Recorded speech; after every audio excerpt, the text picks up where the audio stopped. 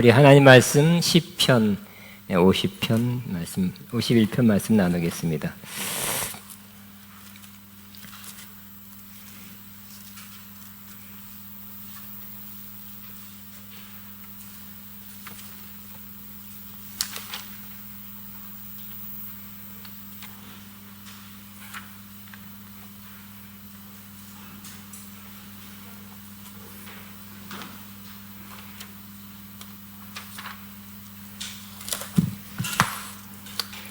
두 절, 16절, 17절 같이 있습니다. 시작. 주께서는 제사를 기뻐하지 아니하시나니 그렇지 아니하면 내가 드렸을 것이라. 주는 번제를 기뻐하지 아니하시나이다. 하나님께서 구하시는 제사는 상한 심령이라. 하나님이여 상하고 통회하는 마음을 주께서 멸시하지 아니하시리이다. 아멘. 저는 오늘 제사 5번째 상한 마음의, 상한 심령의 제사라는 제목으로 은혜를 나누겠습니다.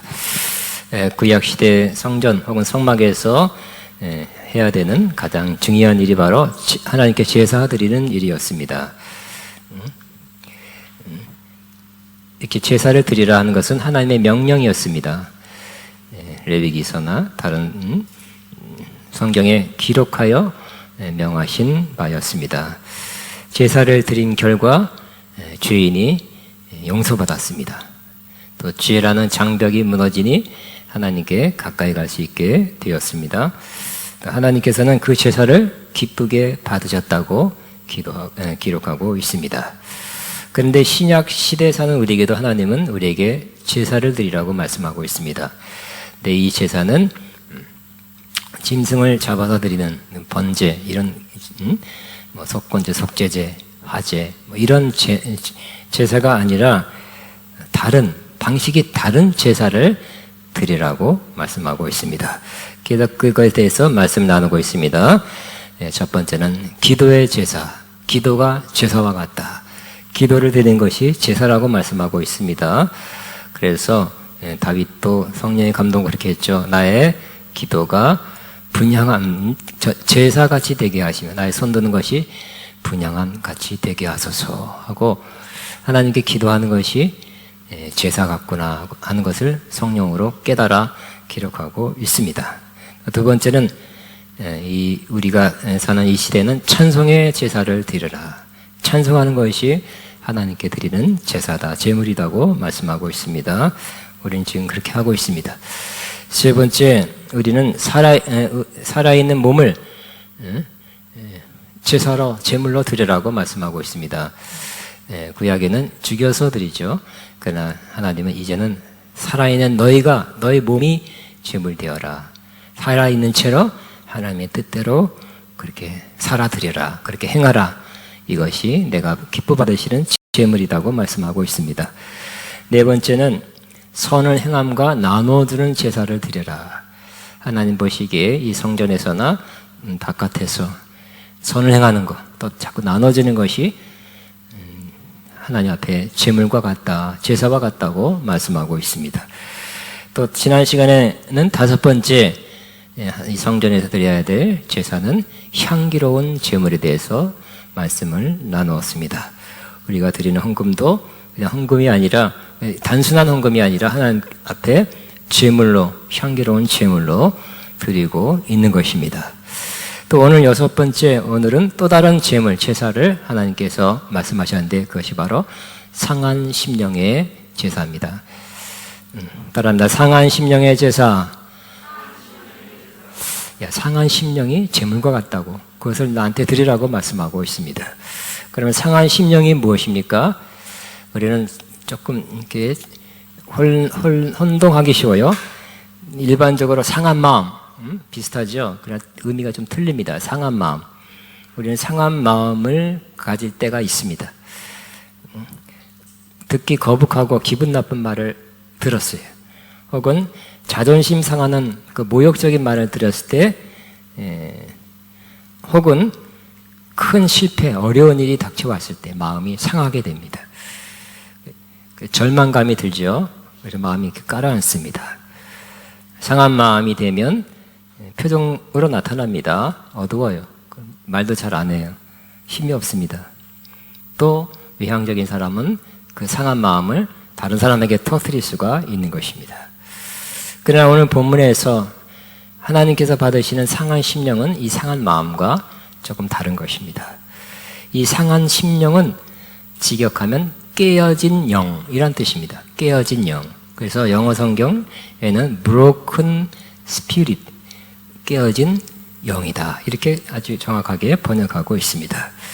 이것은 하나님과의 관계에서 나타나는 우리의 영과 마음의 상태입니다. 우리는 크게 두 가지 때문에 우리 영이 깨어지게 됩니다. 깨어지는 것은 좋은 것이죠. 깨어져야 되는 것인데 두 가지 때문에 우리가 상한 심령을 갖게 되는 것입니다. 첫째는 죄로 인해서 갖게 되는 상한 심령입니다. 자신이 하나님 보시기에 범죄했다고 진심으로 인정하고 내가 범죄한 것이 하나님을 거스렸고 하나님 마음을 좋지 않겠다고 그렇게 헤아리는 것입니다.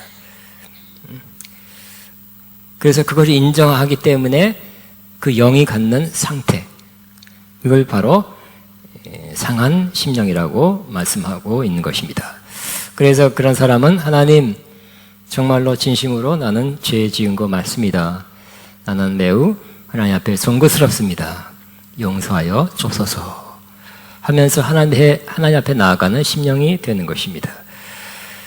그런데 이 상한 심령이란 것은 깨어진 심령, 깨어진 영인데 더 깨어진 사람은 어떤 사람이냐면 죄를 용서를 구했고 용서를 받는다고 믿지만 자꾸 죄를 안 지으려고 노력했지만 결심했지만 다시 넘어지고 반복하는 것을 계속 함으로써 오랜 시간 그렇게 반복하는 것을 계속하면서 깨달음이 왔어요.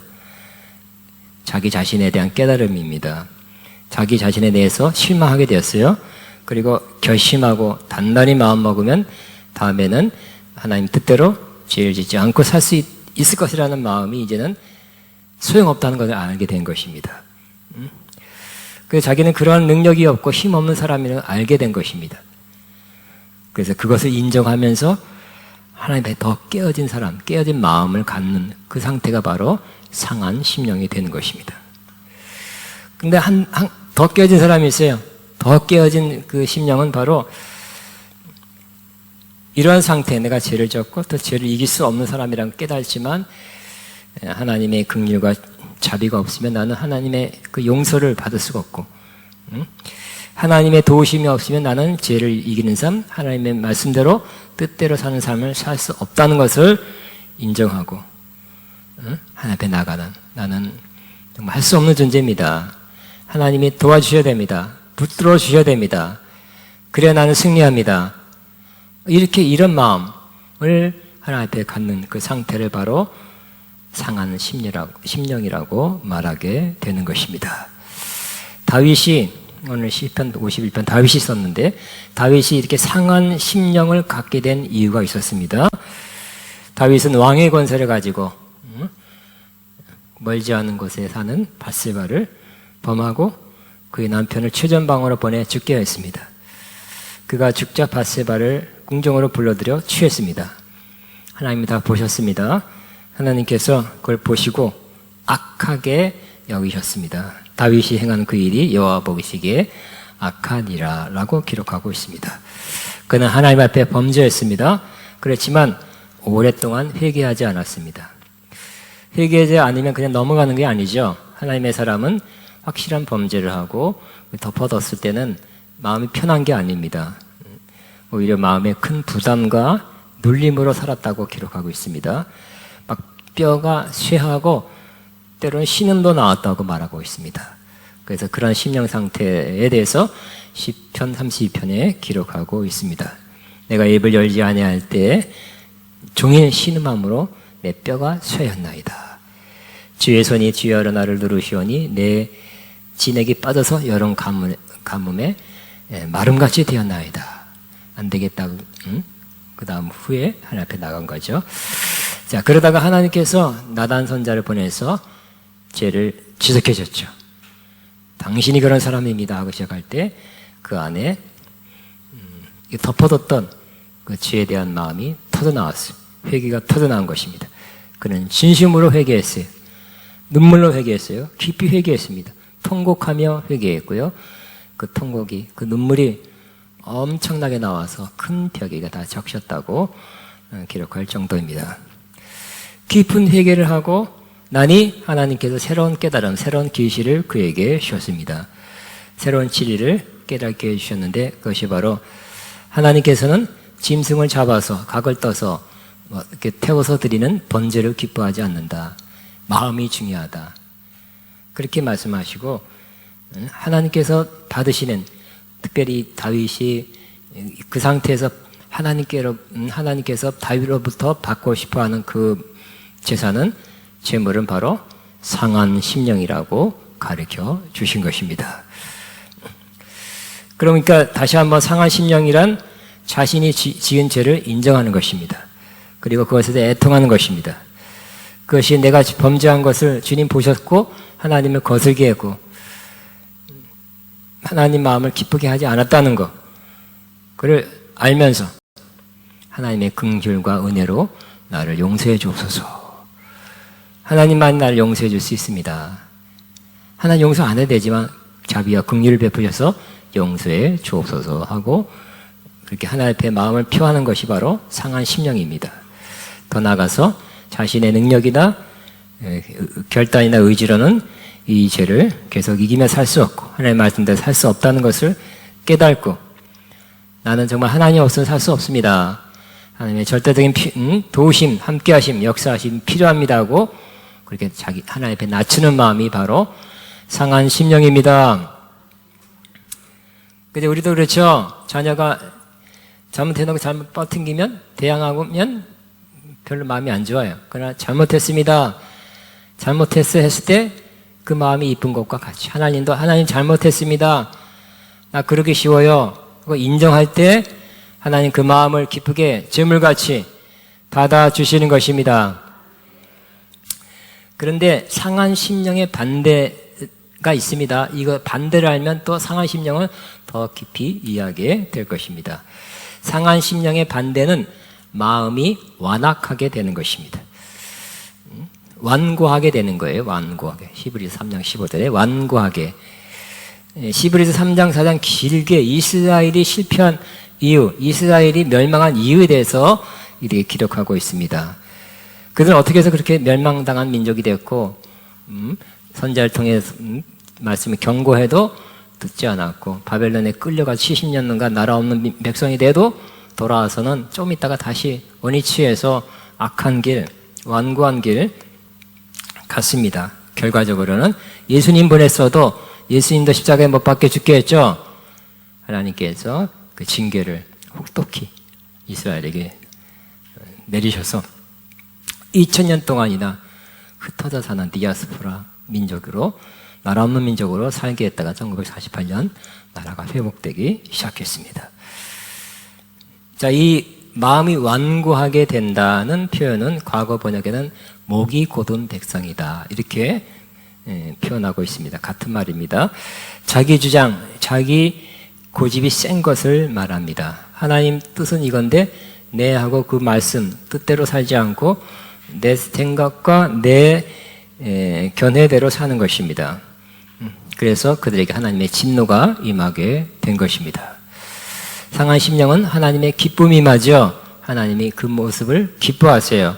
그러나 계속 완고하게 산다면 하나님의 진노가 임하게 되는 것입니다. 이스라엘 백성은 그는 여러 민족 가운데 유일하게 택한 백성이었고 하나님과 언약을 맺었고 또 율법을 받았습니다. 하나님의 특별한 백성으로서 하나님 인도하심, 함께하심이 있었습니다. 그러나 점점 그 율법에서 벗어나게 됐고 자기의 견해와 생각으로 견고해지고 완악하게 되었고 악한 마음을 품고 살게 되었습니다. 광야를 지날 때 그들이 어떻게 살았는지, 그들의 마음이 어떠한지를 알게 되었어요. 하나님도 알게 됐고 많은 사람이 알게 됐어요. 그래서 광야 지날 때 그들은 원망했죠. 거역했죠. 하나님을 시험했습니다. 그 마음이 미혹돼서 우상 숭배한 사람이 되었습니다. 그들은 잘못된 길을 갔음에도 회개하지 않았습니다. 이렇게 잘못된 길을 가더라도 회개하면 되겠죠? 근데 회개하지 않았다는 게 제일 중요한 그러한 관건이었습니다. 하나님은 오랫동안 그렇게 사는 그들을 향해서 경고했지만 무시하는 그들을 향해서 격노했습니다. 그래서 그들을 광야에서 죽게 하고 약속한 가나안 땅에 들어가지 못하게 했습니다. 하나님의 약속은 무조건 이루어지는 것이 아닙니다. 하나님의 약속은 순종하는 사람에게 그 약속을 이루도록 하나님께 인도하시는 말씀과 성령으로 인도하는 그것에 따라가는 사람에게 이루어지게 될 것입니다. 여호수아 갈렙만이 그런 사람이 되었죠. 하나님의 말씀을 따라갔어요. 약속의 말씀 붙잡고 순종해 나아갔습니다. 그 결과 약속을 성취하는 누리는 사람이 된 것입니다.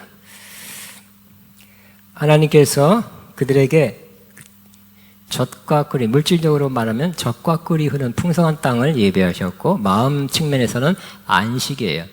가나안은 안식하는 땅, 평안하고 안식한 땅이었는데 그 안식을 누리지 못하게 하신 것입니다.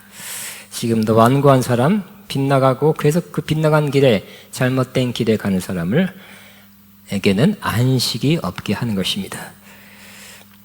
그러나 하나님 앞에 상한 심령을 가지고 나아가는 자를 하나님은 멸시하지 않는다고 51장 17절에 말씀하고 있습니다.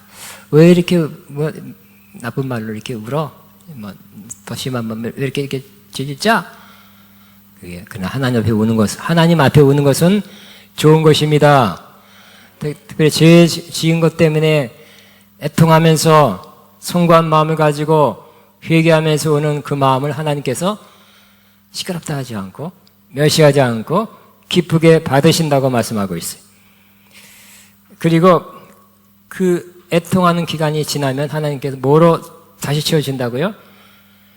바로 하나님의 용서와 기쁨으로 채워지는 것입니다. 애통할 때 마음이 좀 아파요. 그러나 이 애통이 끝나면 바로 강하고 급한 바람같이 하나님이 나를 용서했다. 그리고 마음이 시원해진 그 기쁨을 우리에게 부어 주시는 것입니다. 이 기쁨은 우리 마음을 신선하게 합니다. 새롭게 합니다. 하나님께서 베드로를 통해서 사도행전 3장 19절에 이렇게 말씀했습니다. 그러므로 너희가 회개하고 돌이켜 너희 죄 없이 함을 받으라. 이스라엘 백성 앞에서 오순절날 설교했죠. 이스라엘 사람들이 와 예수님 하다가 십자가 못 박아라 결국 그 등살에 예수님을 빌라도가 사용하도록 내어줬어요. 예수님 못 박은 그 죄도 하나님께서 회개하면 죄 없이 함을 받게 될 것이라고 설교하고 있습니다.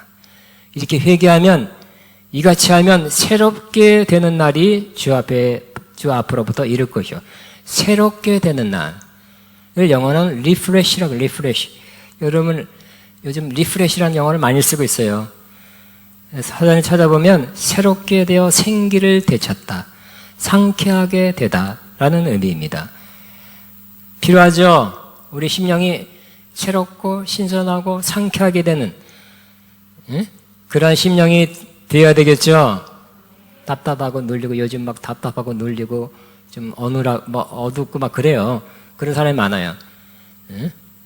코로나 블루라 그러나? 코로나 우울증이라 그러나? 막 유행이에요. 팬데믹 막 퍼져가지고 이런 것이 마음과 상태에 막 전 세계적으로 퍼져 있어요. 그러나 우리에게 필요한 것, 하나님께서 주시는 이 새롭게 하는 마음, 유쾌하게 하는 마음, 상쾌하게 하는 마음이 여러분에 있기를 바랍니다. 누구에게 옵니까? 어떤 사람이 옵니까? 바로 진심으로 하나님 앞에 지은 죄를 회개하고 잘못된 길에서 벗어나 다시 제 길로 가는 그 사람에게 이 좋은 마음이 임하게 되는 것입니다. 지난번 한국 성경 번역에는 유쾌케 되는 날이 올 것이라고 번역했는데 이게 조금 더 아주 좋은 번역 같아요. 회개하면 어떻게 된다고요? 하나님의 죄 없이 함을 줄 뿐만 아니라 마음을 유쾌케 한다는 거예요. 그죠? 경험한 사람은 알 것입니다. 진심으로 회개한 후에 찾아오는 그 유쾌한 마음, 새로운 마음, 내 마음이 신선해졌다는 그 마음 우리에게 다시 임하기를 바랍니다. 그래서 우리는 상한 심령을 가지고 하나님 앞에 나가는 것이 늘 필요한 것입니다. 우리가 상한 심령을 하나님 앞에 쏟아 넣으면 하나님께 그를 제물로 받으시고 새롭게 함, 상쾌함, 유쾌함을 주신다고 말씀하시고 있습니다. 두 번째, 우리가 이 상한 심령을 갖게 되는 이유가 있는데, 그것은 두 번째는 바로 하나님의 사랑이 부어질 때, 혹은 하나님의 사랑이 깨달아질 때 우리가 상한 심령이 되는 것입니다. 우리의 생각이나 이해의 범위를 벗어난, 어떻게 그렇게 우리를 사랑하실까?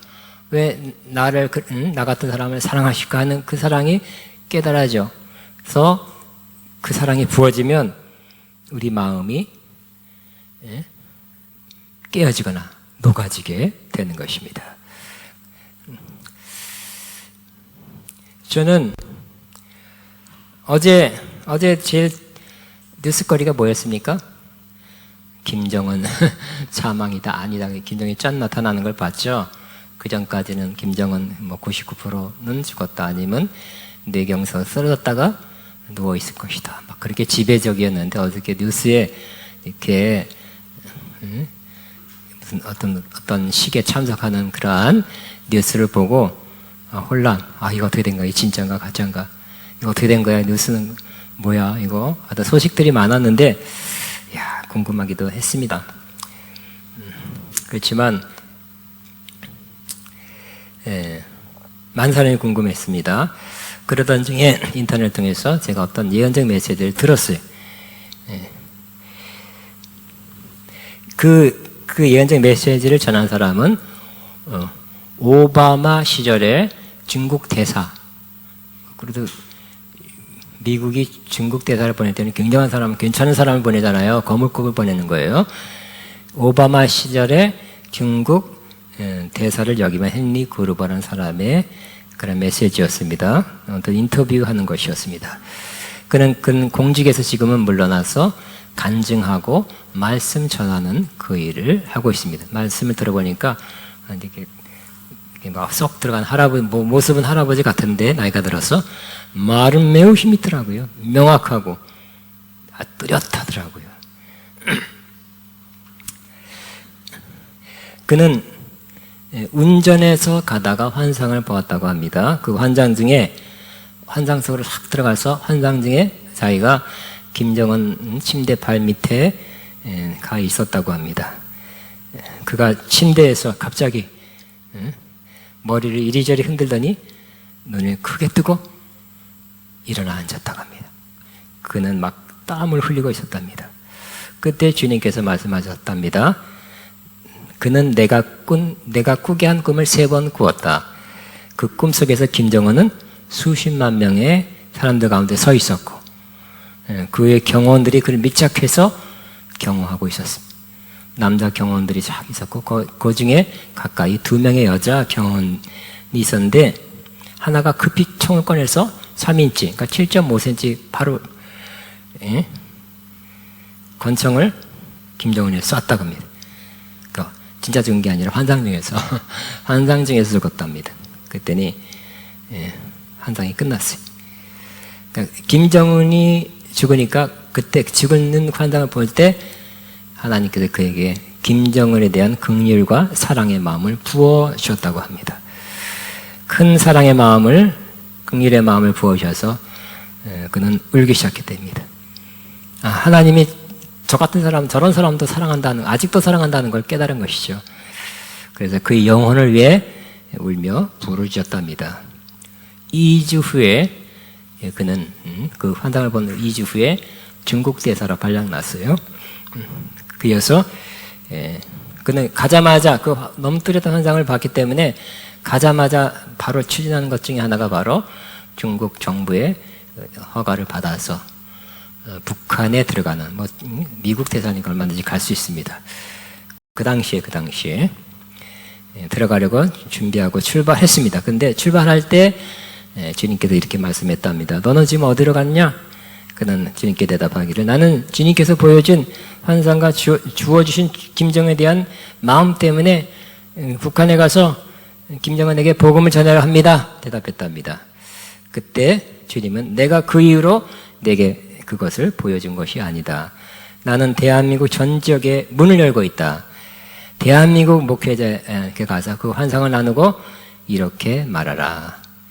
너희가 매일, 즉 대한민국의 목회자들이 매일 김정은을 죽게 해달라고 기도하며 그의 죽음을 위한 기도가 만연한데 내가 만약 그의 기도로 그 기도를 듣고 그를 죽이면 대한민국에 심판이 내려야 된다. 그를 심판했다면 대한민국도 심판해야 된다는 거예요. 왜냐하면 그 핏값을 찾는다는 거죠. 우리에게 맡기신 그 영혼을 위해서 내비두고 심판해버리면 그 책임이 우리한테도 있다고 말씀하는 것 같아요. 그 이유는 나는 그 주께서 말하기를 그 이유는 나는 심지어 김정은의 영혼을 위해서도 나의 생명을 주었기 때문이다 라고 말씀했답니다. 그래서 북한 가지 않고 부산으로 와서 첫 번째는 21명의 목사님들을 모아놓고 이 간증 메시지를 나눴답니다. 그랬더니 목사님들이 완전히 녹아지고 무릎 꿇고 다 울며 회개했고요. 그 이후로 여러 군데 다니면서 이렇게 목회자를 중심으로 그 간증과 메시지를 전하였다고 합니다. 그 중에 어떤 목사님이 다가와서 그 대사님한테 와서 저는 그렇게 생각해 본 적이 없습니다. 우리가 그렇게 김정은이 저렇게 악한 사람이 계속 악하게 하는 거 막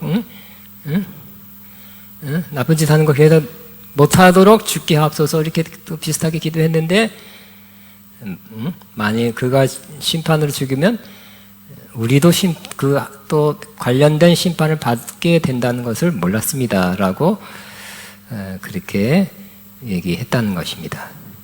그래서 이 메시지 할 때마다 목사님들이 다 그렇게만 기도한 거에 대해서 아니 그렇게만 하는 건 아니죠. 그렇지만 그렇게 기도한 거, 심판을 앞세워서 기도한 내용 그 부분에 대해서는 많이들 얘기했다고 합니다.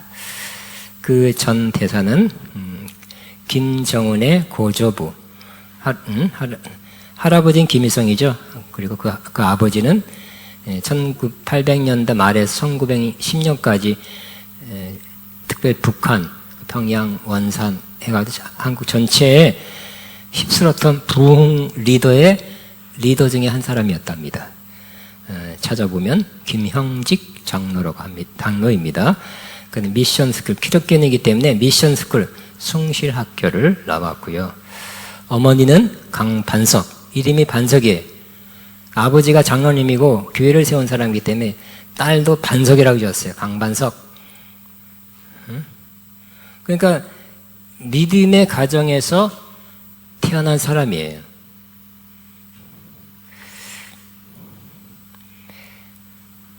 그 전 대사가 말하기를 그는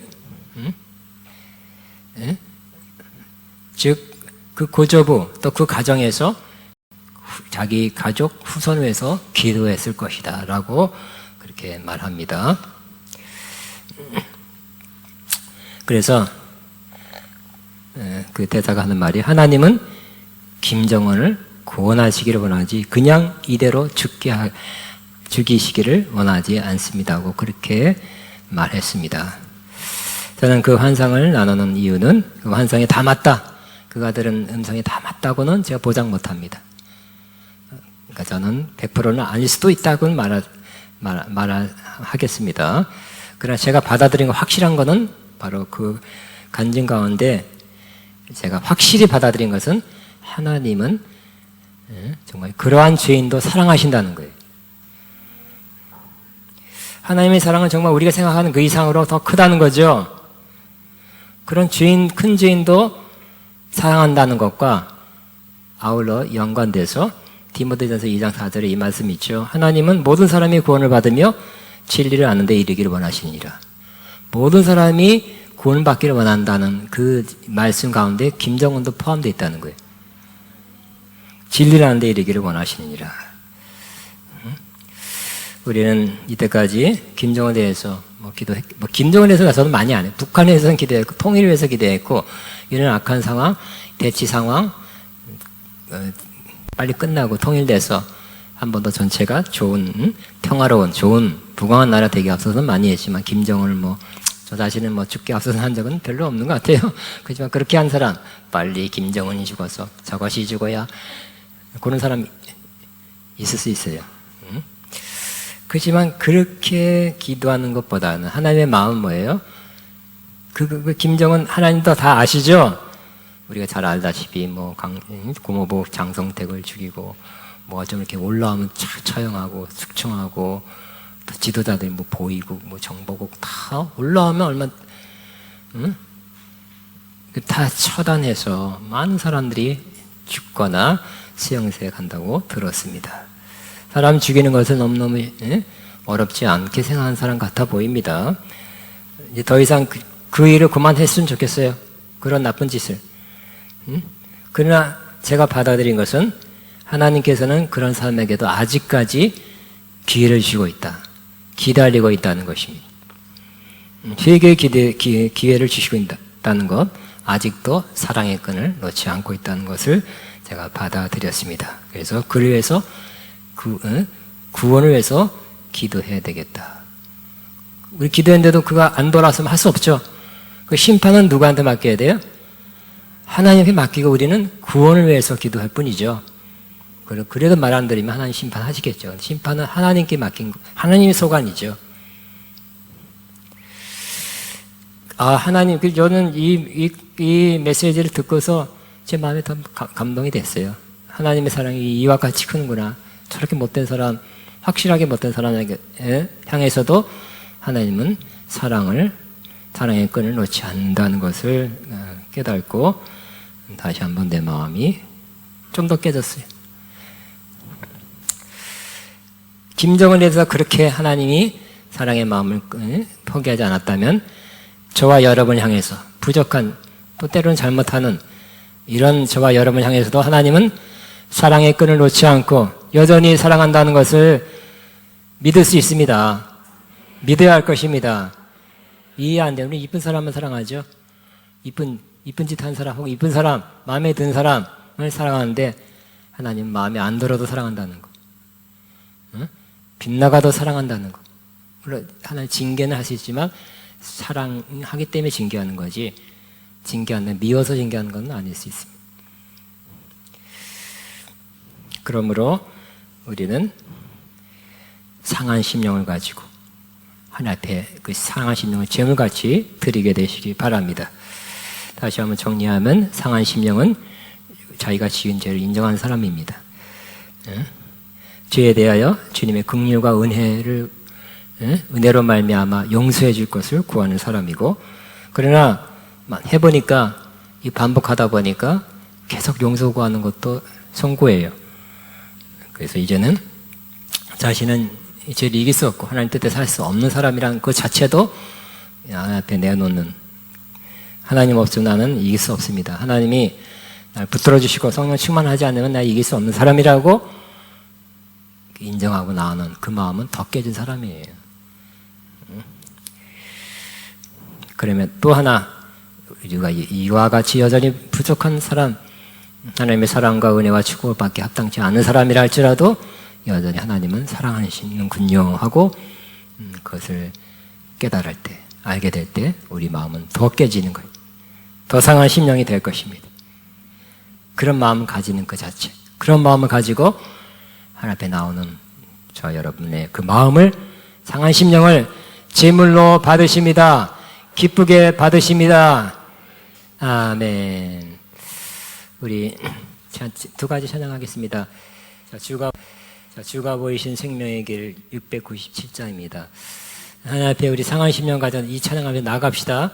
노래를 부르자는 게 아니라 이 상한 심령을 하나님 앞에 나가는 마음으로 찬양하게 되시기 바랍니다.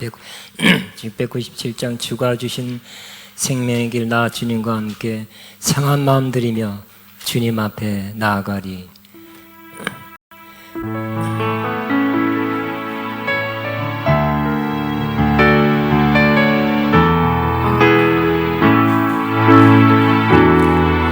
주가 주신 생명의 길, 나 주님과 함께 상한 마음을 들이며 주님 앞에 나가리. 나의 의로움이 되신 주 그 이름 예수, 나의 길이 되신 이 예수, 예수. 나의 길 오직 그가 나를 단련한 후에 단련하신 후에 아까 거 맞았어요. 내가 정금과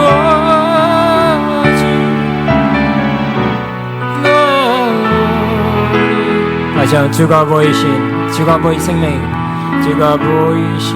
생명의 길, 나 주님과 함께 상한 마음을 들이며 주님 앞에 나의 의로움이 되신 주 그 이름 예수, 그 이름 예수, 나의 길이 되신 이름 예수. 나의 길 오직 그가 하시나니 나를 단련하신 후에 내가 정금과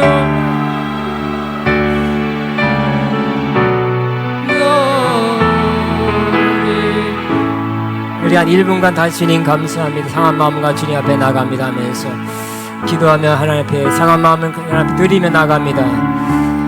나나나 샤카바바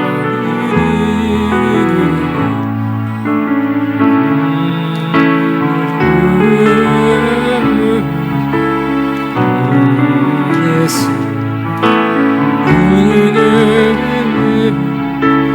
예수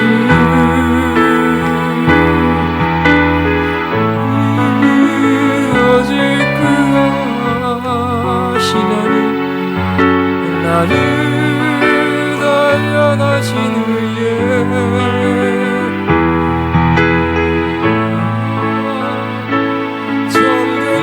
정금같이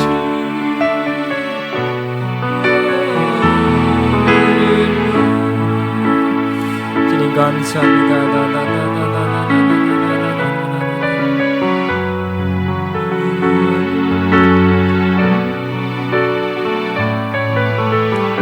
주님 감사합니다.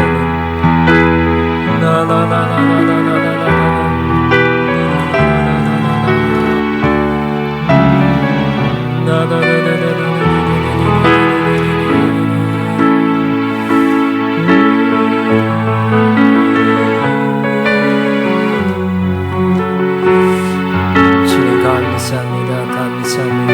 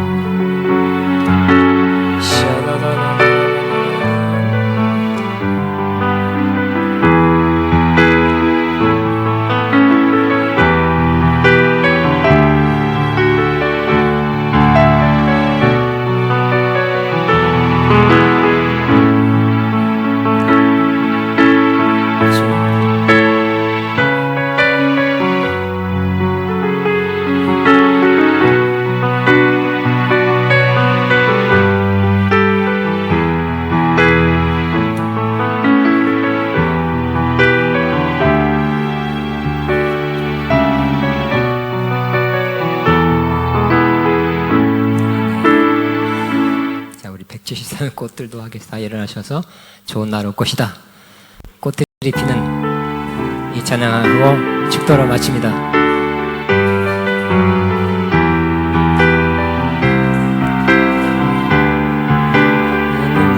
둘, 셋, 이 곳에 생명샘 솟아나 눈물 골짝 지나갈 때에 머잖아 열매 맺히고 웃음소리 넘쳐나리라. 꽃들도 구름도 바람도 넓은 바다도 찬양하라 찬양하라 예수를. 하늘을 울리며 노래해 나의 영혼아 은혜의 주 은혜의 주 은혜의 주. 그날에 하늘이 열리고 모든 이가 보게 되리라. 마침내 꽃들이 피고 영광의 주가 오시리라. 꽃들도 구름도 바람도 넓은 바다도 찬양하라 찬양하라 예수를. 하늘을 울리며 은혜해 나의 영혼아 은혜의 주 은혜의 주 은혜의 주. 기도합니다. 이제는 언제나 우리와 동행하시며 보호하시며 함께해 주시는 우리 주 예수 그리스도의 무한하신 은혜와 영원히 극진히 우리를 사랑하시는 주인도 사랑하시는 하나님 아버지의 극진한 사랑하심과 성령님의 교통인도 새 기름 부으신 역사가 오늘도 상한 심령을 가지고 하나님 앞에 늘 나가기로 결단하는 모든 하나님의 자녀들 위해 이들 앞날과 사업과 사역 위에 가정 위에 이제부터 영원토록 함께 하시옵기를 축원하옵나이다. 아멘.